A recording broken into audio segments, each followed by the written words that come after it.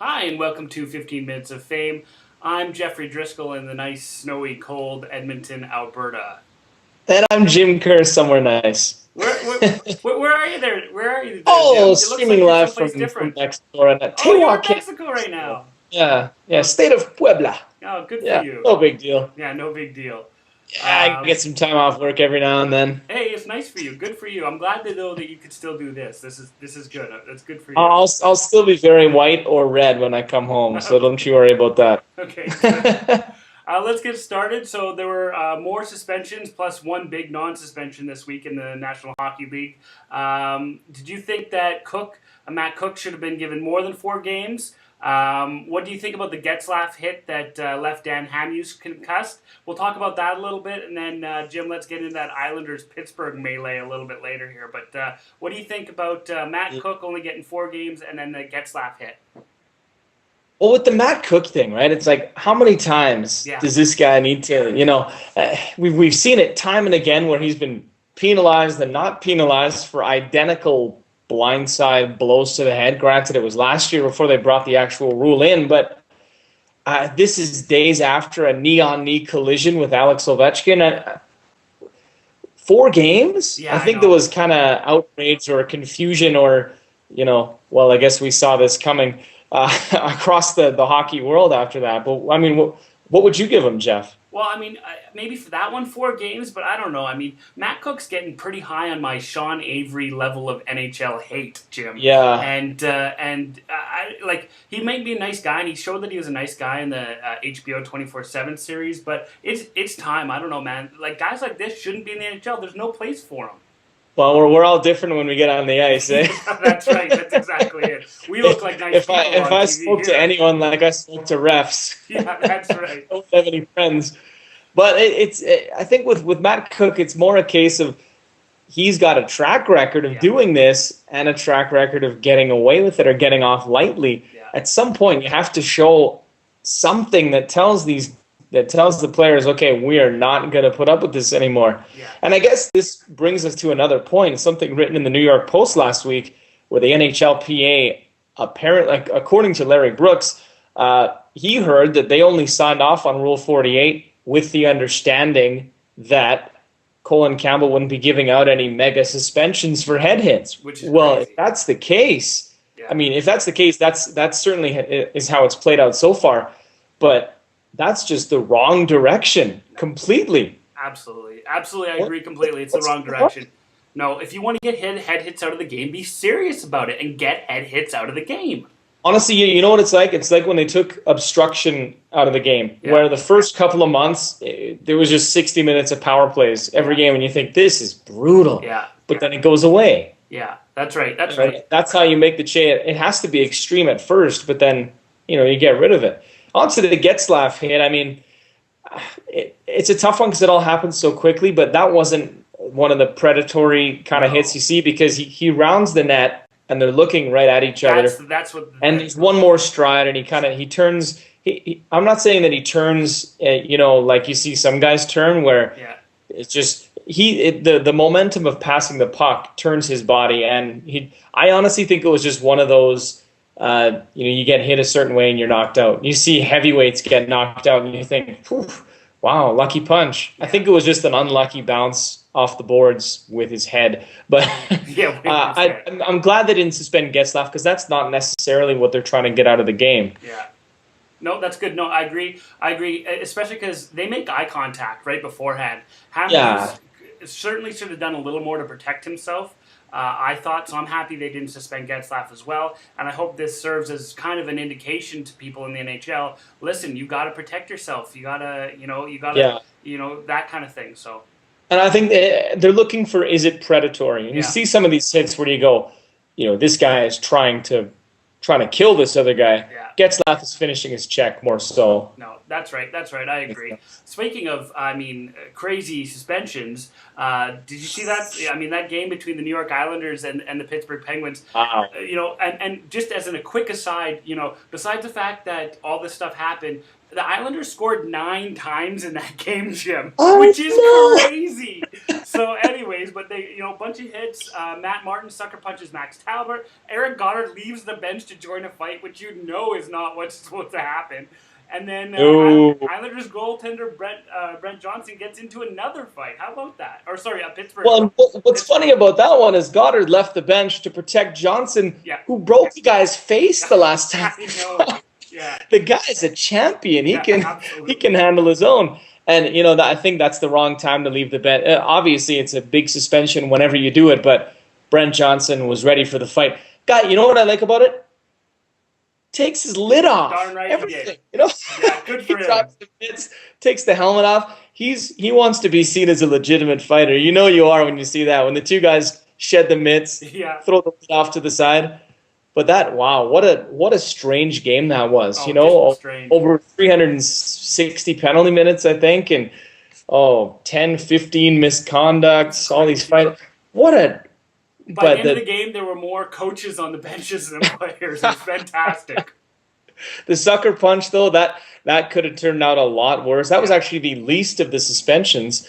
Gillies was given a 9-game. He was too much. He hurts Tangrade. He gives him a concussion, then stands just off to the side, chirping him while he's getting looked at. Yeah. I think that's a little much. And the Islanders were fined as well, $100,000. Which is crazy. Because I think the NHL probably looked at it and said top of the standings or among, and then bottom of the standings is the one starting all the fights.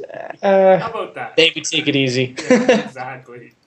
We're going to move on to the NBA now here, Jim. The trade deadline is fast approaching in the NBA, and one of the big names is Carmelo Anthony. And, it's been rumors for the past couple of weeks now, but Melo to the Lakers is what we're hearing right now. I'd like to see that at the trade deadline. Melo and Kobe going for a championship. That would be a fun, and the Lakers could maybe use a bit of freshening up in that lineup because they've had a not a tough season, but a tough season, all things considered. That it's the LA Lakers, but the Carmelo Anthony one is interesting because it was initially. I'm only going to go to the Knicks. Then the New Jersey Nets wanted in. Yeah. That ended up, and there was odd storylines to do with that as well, where they said, "Oh, he doesn't want to meet with us," and he said, "Oh, I would have met with him." Oh, okay. Crazy. So the Knicks, the Knicks are still kind of in the mix there. They need to get a package together that's good enough that the Nuggets will take it. The Lakers, I guess they're in preliminary talks, and it could be a real thing that comes about. But Carmelo Anthony also has said that if he's there after the trade deadline, he'll consider signing an extension. So this guy's that extension's been on the table for maybe a year. I don't know. I think it's going to be about surrounding him. If the team showing that they're serious by surrounding him with good players. Yeah, no, that's right. And I just think the Melo Kobe Bryant thing could be amazing, but I don't know what the LA would have to give up to get him. Like it'd be Bynum. It could be a straight Melo for Andrew Bynum. Yeah, that's right. And with some other salary. The NBA is funny with trades. They take on salary, get rid of. It's crazy like that. But I don't know. I thought that was kind of interesting. Very interesting though. That's coming up, so I'm sure we'll hear a lot about that in the coming weeks. We're gonna move on to the GABBYs now. These are the good and bad by you. We take stories from the world of sport, and some of them are good, some of them are bad. We split them up and then we talk about them. So if you have any stories that you like that are good and bad, please email us or get us on Twitter or whatever you want. We'll put you up here on the screen. It took 6 games, Jim, but the National Lacrosse League's Edmonton Rush have finally won a game. The Rush started the season at a glorious 0-5, and they picked up a huge 14-12 victory, only by two scores on Friday against the Washington Stealth. They were so close to playing for the league title last year, and now they started slow in 2011. I mean, what happened to the Rush? We thought this was going to be the year.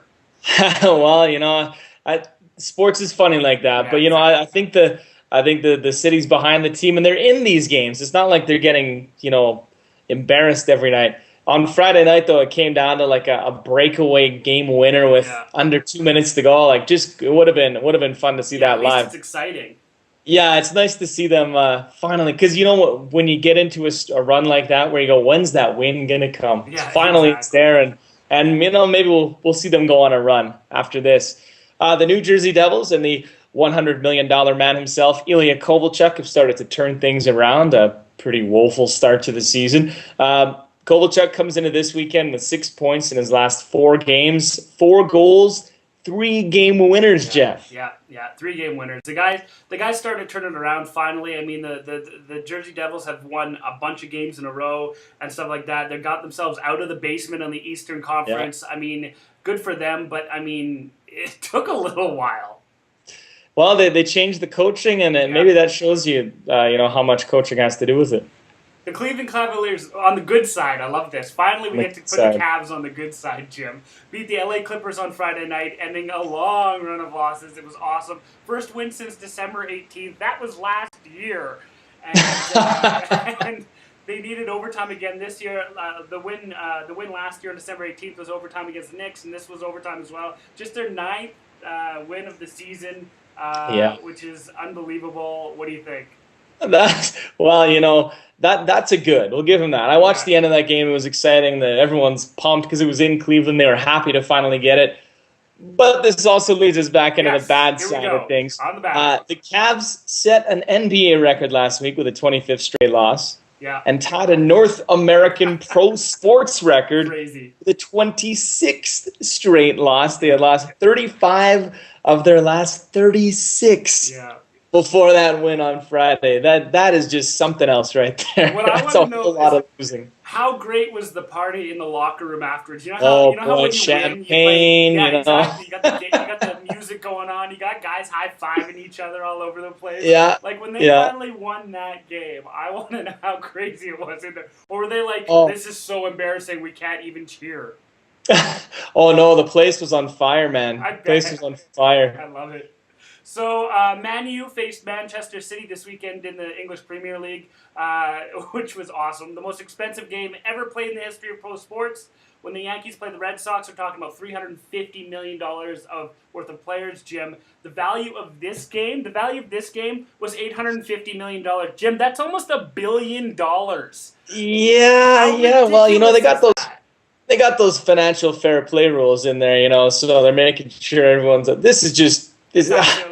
This is everything that is wrong with sports almost. Absolutely. But soccer's funny because you have to pay another team for the player, then you have to pay the player. Yeah. So, but there was over I think it was over $600 million worth of transfer fees and stuff represented out on that field and on the subs bench. Did you see the game at all? No, I saw Wayne Rooney's goal. You saw Wayne Rooney's goal? Unbelievable. Kicks it over, does the kick to win the game. Everybody just goes nuts. It was amazing. It was awesome. He's a bigger boy, I don't think I could do that. I'm happy though. $850 million. I expect that kind of stuff. Well, that's bang for your buck. Exactly. There you go. And we're going to classify this one as a bad, but to be honest, I kind of enjoy this. Yeah. And we've been talking about it already today, but players in the NHL seem to be going crazy these days with the fights. It seems like every game is Slapshot. Yes. And we got goalie fights, we got line brawls, it's happening all over. It probably looks bad from the outside for a hockey liver like us, but boy, I love it. I love it, man. Old time hockey, Gordy. It really is. I see footage from the 70s and stuff, and you go, man, those guys are crazy. Yeah. Boston Bruins, New York Islanders. That's what I want to see. And they play twice. They play twice for the end of the season.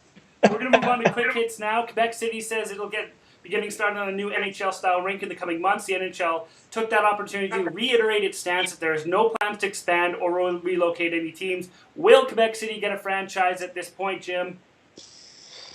I think at some point, probably. Winnipeg's still in there. There's still a lot of rumors Atlanta to Winnipeg, but absolutely. I don't know. If you're going to build the rink, I'm sure. But Kansas City still doesn't have theirs. If you build it, they will come. The UFC sold over. Theory. Yeah, the UFC sold over 42,000 in pre-sale for the UFC 129 Toronto, where George St. Pierre will defend his welterweight title against Jake Shields. Don't you think everybody, the UFC wishes everybody was as good as the Canadians for fans? Pre-sale, Jeff. Pre-sale. Mandalay Bay in Las Vegas, 12,000 some. Yeah. No, it's absolutely unbelievable. It's just tickets great. ranging from $50 to $800 for this event. Oh man. then, of course, resale on the internet for exactly. thousands. Well, that's our 15 Minutes of Fame are up for this week. Join us next week when we get a whole new 15 Minutes of Fame. In the meantime, from Edmonton, Alberta, I'm Geoffrey Driscoll. And I'm going to go suntan. I'm Jim Kerr. Have a good week.